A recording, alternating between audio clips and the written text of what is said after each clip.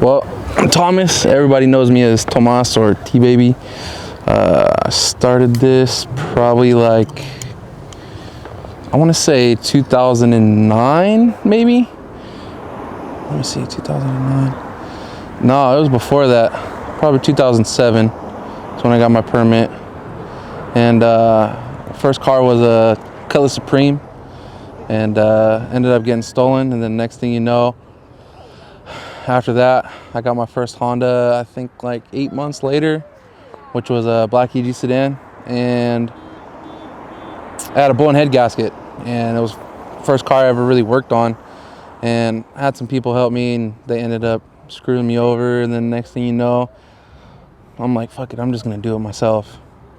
And it took me like 4 months to get it. And the feeling of accomplishment and getting it done is crazy, bro. Like, you can sit there and be stuck on something for hours, and as soon as you get that and as soon as you accomplish it, it's life-changing. And the night I got it running right, the night I was driving it, I got the title, and the next morning I woke up to go to school and drive it, and ended up getting stolen at 6 in the morning. And my heart dropped like from here just down on my fucking chest, and I was like, fuck, man. Went looking for it for like 5 hours, ended up not finding it, and then cops called me like, hey, we found your car stripped to a shell. And then that was it, man. I thought it was over from that. I thought I was done. I was like, I'm just gonna buy a regular car. And dude, once this bug hits you, it's game over. I mean, I don't care how many people stop. You know, some people have life and, you know, mature things and do a house and kids and family, but it'll always be a part of you. And this is a part of me. This is going to be for the rest of my life, whether it's a Honda or it's just cars in general. But I would always sit there and just dream about cruising the fucking EG sedan on red GT3s through the east side, just cruising, not caring, just driving as much as I could. And that was crushed. And then I ended up picking up an EG hatch, and it was a complete bucket. And I actually learned how to drive stick on that car. I bought it, and my buddy was like, you know how to drive stick? I was like, yeah, I know how to drive stick. We bought the car, rolled it down the hill, and I looked at him and I was like, hey, dude, I don't know what the fuck I'm doing. And ended up just going out and just driving just to get the feel of it. About 4 months later, I definitely burned through that clutch. But I got the gist of it. And then I just kept flipping cars, man. It was just me about having a car. Really didn't build anything back then. It was just like, you know, your major bolt-ons, wheels, LCAs, exhaust. And then kept going through cars, and then finally I got one, and it was a teal coupe, and it was bone stock, and it was mint, and that was, I think, the reason why I started there. And I actually lost my license, and that made me sell the single cam and go B series, my first B series swap ever. And believe it or not, I actually built that motor in my room on a tarp and an engine stand in Hilltop in a townhouse, and nobody would ever know. And I did the motor swap on the side of the road, and I don't care what anybody says, that is a struggle bus right there. No hoist, no jacks. I'm talking about lowering the car to the ground, lifting it up, and sliding the bolt through the tranny bracket. And it took me about 6 months to figure out how to get that motherfucker to run. But I mean, back then, you know, nobody was really doing B series, and or at least none of my friends were. They were all still single cam. So it was a learning experience for me, man. And then I drove the car. I daily drove it. Ended up getting rid of it. Going through a few other cars. YEG hatch. Sold that one. DAP EK hatch. Got rid of that one. Then I picked up a red EG hatch. And I was buying parts for that car before I even had the car. I knew what I wanted. I knew what I wanted on it, and I didn't stop until I got it. I bought an X-Bar before I got the car. I got a Jay's Racing Lip. Shout out to Sean. I mean, RPF 1s, coilovers, spoon duckbill. I mean, all these parts I had. I didn't even find a car yet. And then my buddy was like, hey, man, I'm selling this shell. Do you want it? And ended up buying it. Shout out to Jared. Appreciate it. And then got that car, I think, 2012. And I had an image in my head of how I wanted my car, what was appealing to me when I started getting into this in 2009, when Honda Tech used to be Honda Tech, not Honda Fest. I mean, shout out to them, but Honda Fest. It wasn't a show. It was just a meet and chit chat. And I mean, it was 3 times a year. And that was where everything sparked my interest. I mean, the reason why I have my wing and my spoiler and my X-bars from stuff that I seen back then, you know, the people I looked up to. And I feel like the car community is kind of way different from what it used to be. And I mean, you expect growth, but you don't, you still got to pay some homage, you know, got to pay some appreciation to where it started. And I like the simple look, man, clean, simple look. I don't need nothing too flashy. The flashiest I think I ever got was a Jay's Racing lip. But other than that, it was always OEM body panels. I mean, my homie Tim told me less is more, clean and simple, nothing crazy. And I mean, I think I kept it that way all the way down to the motor on this. You know, everybody's like, oh, why don't you go K-Series? Excuse me, but B-Series, that looked at home in the EG bay. I don't need to be fully shaved, you know, fully tucked with a bunch of Bondo. I mean, I shaved my firewall. I mean, I did everything myself. I wanted to look OEM but clean. And I feel like this car represents it a lot. So I bought this car. Funny thing is, so when I bought that red hat shell, going back to the story, I bought that. I ended up putting a B20 long block from Steve at HMO. Put that in there, rocked it for a couple years. Ended up trading to get the B16 that's in here now. And it actually made pretty decent power. It was like 176 by 119 on the wheel dyno, not a hub. And then after I got the motor, I started buying parts like the backyard special spoiler. I bought that brand new from over at ICB. That was the last carbon Kevlar one made along with the lip. And then anything that I've always wanted, I kept buying. I try to get the cleanest set of headlights, corner lights, you know, Type 2 X-bar. I had Recaros back then, and you know, you slowly start to graduate more and more to nicer things. But I mean, you always switch out. It's never gonna stop. I mean, you can sit here and I can tell you I'm done, that the car's done, and I'd be lying straight to your face because it ain't never done. But so then that car, it was clean. It had, the reason why I have this car now is, so I was buying parts one day at a fast lane over here at a local speed shop, and someone backed into the passenger door, and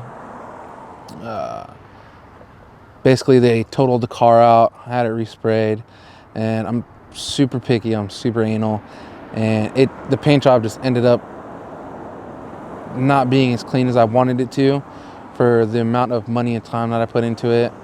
And then another thing that always bugged me was a sunroof. I always wanted a sunroof. Sunroof was a big thing for me. I don't know why. I think it's just the sun, having that open and just having the sun on your face while you're cruising is probably like the best feeling ever. So I ended up buying this shell and swapping everything over from the red one to the blue one. This used to be Captiva blue. And I did everything in a day by myself in front of my house. And actually I lied. Me and Kyle did it. Shout out to Kyle, my little brother. And we did that. Took us a day, and then I mean it was over from there. It used to be gutted, just had an X-bar, wheels, you know, just your average stuff. And you know, to me, I thought it was clean, you know. And started hanging around my older homies, and they were like, look, man, build a car. Like, just because you put wheels on it and lip and this, that's not building it. They're like, strip it to a bare shell and really build it. And that's when it all clicked in my head. And so, you know, it just marinated basically for the most part. And I was just like, yeah, you know, my car's tight, whatever. But I think I finally got the bug. We went to California once. Me and homie drove down there, John. Drove down, went to Chronicles, I think year 6 or 7? 7. I flew for year 6 and then drove for year 7. And seeing the quality of cars down there, that really changed my whole aspect of it. And then I was sitting here like, I think it's time to finally pull a trigger. So we ended up driving back. I had bought a cage that I always wanted, was a carbon cage. And it wouldn't fit because I got a sunroof. So it would have fit my old shell, but it didn't fit this one. So I ended up driving down to Cali to trade my homie Hector for his full EG6 interior, which is what's in the car now. And we traded straight across. It was like 16-hour drive. No, I lied, 18, round trip. Just went there, loaded up, went straight back, no stop. Shout out to Kyle again on that one. And then got back that night. My roommate, BJ, my best friend, he was like, well, what are you staring at? Let's put it in. So we ended up mocking everything up with a feeler gauge, getting all the brackets in the right spots. And then once we welded that bracket in, it was game over. I'm never pulling that interior out.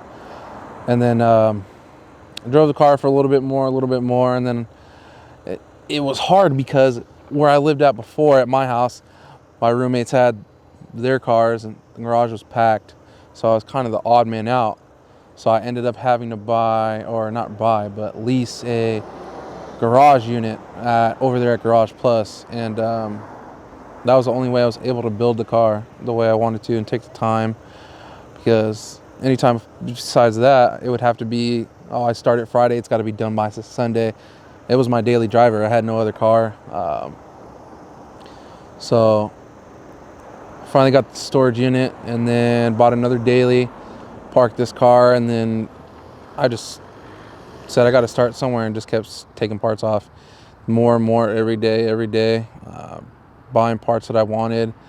And then my buddy was like, you have to sit there and you have to really grasp the image of how you want your car for you to build something properly. Otherwise, it's just going to be a bunch of stuff thrown together. And there were some changes along the way. At first, I didn't want to brake tuck. I was just going to do OEM replacement brake lines. But then he was like, you're already this far, why not? He was like, just look around a little bit. And then I wasn't going to color change. I was just going to spray Captiva. And then this color has caught my eye, I think, since it came out on the CRV. It's OEM CRV color. And then he was like, you're this far, go different. He was like, paint it a different color, brake tuck it. He was like, wire tuck it. I mean, it was already wire tucked previously from him. Me and him did it. A lot of stuff I learned on this car. Brake tucks, I've never done one. Wire tucks, never done one. But like I said, perseverance, that gets you, that gets you a far place. I mean, sometimes this car drives me nuts, but then sometimes I sit back and look at it and I'm like, damn, it's a badass car. Like, I love it. And I don't have to drive it to a show. Even when my daily broke down, I started daily in this. I mean, it doesn't matter to me. It's a car, but I love it the way it is. I didn't build it for anybody else. I built it for me. Something I've always wanted. To me, it's a trophy in itself because it's something I accomplished. It's like I say this is like a diploma for car guys.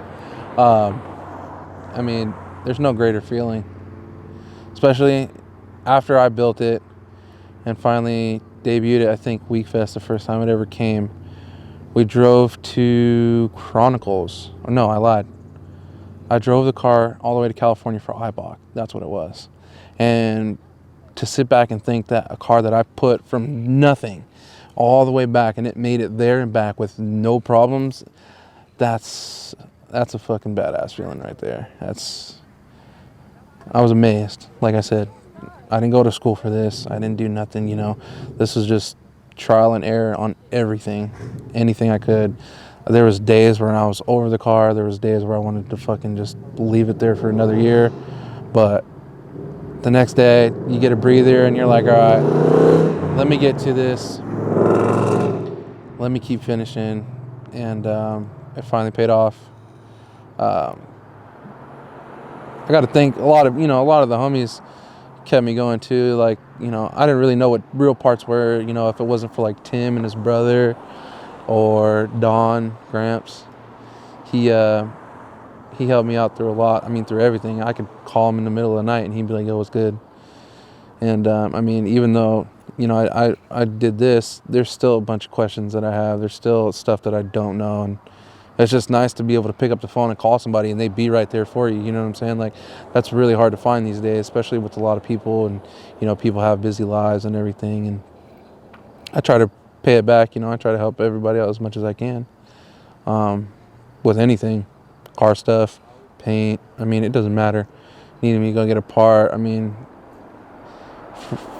for my boys, I do it 9 times out of 10. Don't matter. That 1% is me sleeping. That's about it. Other than that, I'm doing it. But it's a great feeling to have everybody together, especially like the whole NNG guys. Like, those are the homies. Those are the boys. I mean, Mike, Don, Tim. I mean, everybody, man. And it's funny too. So, City Stars, that's my brothers. Those are my brothers. And none of us really had any car clubs or anything. And we were like, fuck, we kind of need a name for ourselves. But we're not a car club or anything. We're just a group of homies. And I forget who it was. I don't know if it was Don or Austin. But they ended up coming with nonamegang. And it just stuck. And I mean, as soon as it's nice out, everybody's out. Everybody's around each other. Everybody's feeding off each other. Everybody's giving each other energy. It's a good feeling. It's a good feeling to have that support behind you, to motivate you to do this, to keep going, to keep pushing. I'm sure there's a bunch of other guys that wanted to give up, but they didn't. They kept going too. I mean, I seen Mike go through a few motors. I seen Don, lucky ass. He's had the same setup for I couldn't tell you how no. He's had that, I think he said 12 years. Because I remember when I met him in Seattle, same setup. He was dumped on spoons, LS turbo, and that thing is still going. And then,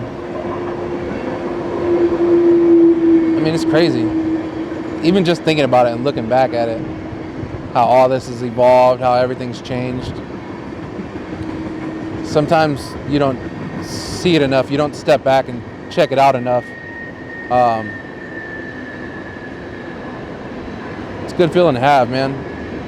I mean, I'm not only into Hondas. I mean, I'm into cars, period. I'm a car enthusiast, not a Honda enthusiast. I mean, I just picked up a 78 Impala. I'm going to start getting going on because that's where it all started. It all started in lowriders, and then, lowriders, and then Fast and Furious came out 2000, 2001, and then that was what I knew what a done-up Honda was. And back then it was body kits and neon and nitrous, and I mean, that's what sparked my interest. And then once I bought that Honda, it was game over. And I don't think I could ever get rid of it. I mean, I've had somebody offer me money and I still ain't sold it. But and I don't need to buy a new car. If I want a new car, I can have a new car. There's no point of getting one.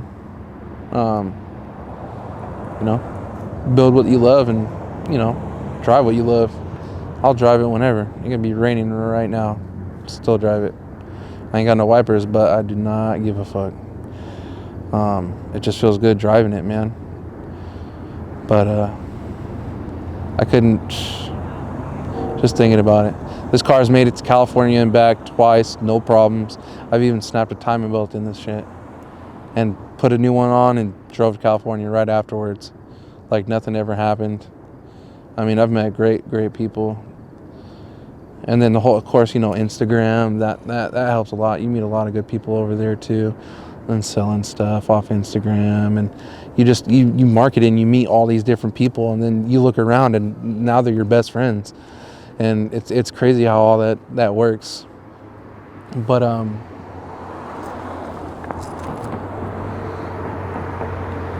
simple, man. I like it the way it is. It's simple. I don't need nothing crazy. I mean, something I've always wanted, and I built it, and I just kept to it. If you ever want to build something, do not stop until you get it done. Just keep it going. Just do not give up. I see a lot of older guys come back. Like, you know, they sell their Hondas, they get kids and stuff, and, you know, you got to respect that. It's life. But seeing some of these guys come back, it's a good feeling, man. It brings it back to the 09 feel. I wish Honda Tech would come back, man. That was NWP. I mean, I remember Tim told me what NWP was, and I was like, what the hell is this? And he was like, bro, just check it out. Would be sitting in his mom's living room on NWP for hours. He'd be in the room sleeping, and I'm still scrolling like, damn, I'm trying to, $2,000. I didn't have money like that back then, but like I said, you save up enough money. If something you want, you go buy it. I mean, don't ever let anybody tell you no. I mean, there's a bunch of people that told me, you know, it's just a Honda. Why are you putting all this money into a Honda? It's what I like. It's what I love. You don't have to respect it, but it's not your car. It's not your passion. It's mine. You know, that's why I think we have such a great group of people. Oh, damn. He's getting it. That right there. Fire. I love it, man. I love it. That's awesome. But, nah, man. I mean, look at this. I mean, I met this guy through cars from an Oasis meet like 5 years ago. Like, you know, that's how I met a lot of these guys now. Like, you know, Mike, Peter, Casper, all them. I mean, I knew Don first, and he kind of introduced me to everybody. And then, like I said, we're one big family now.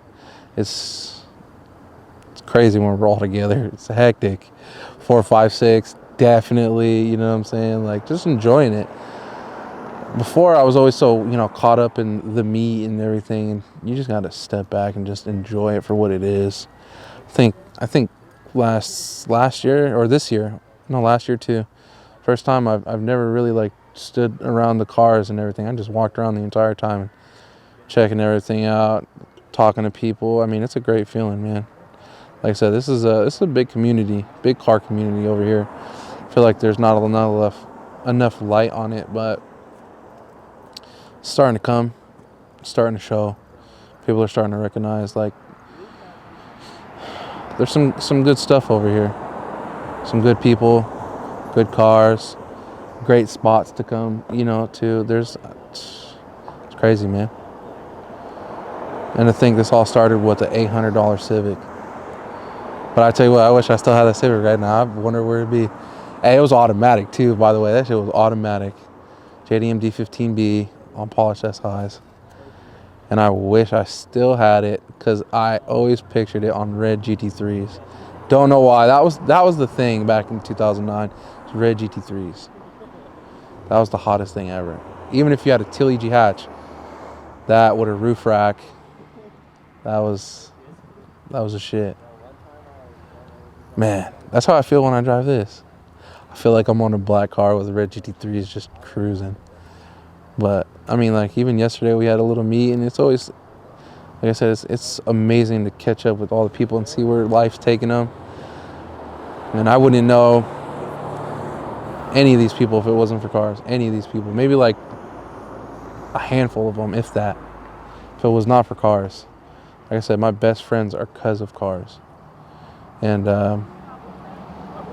it's the best feeling ever.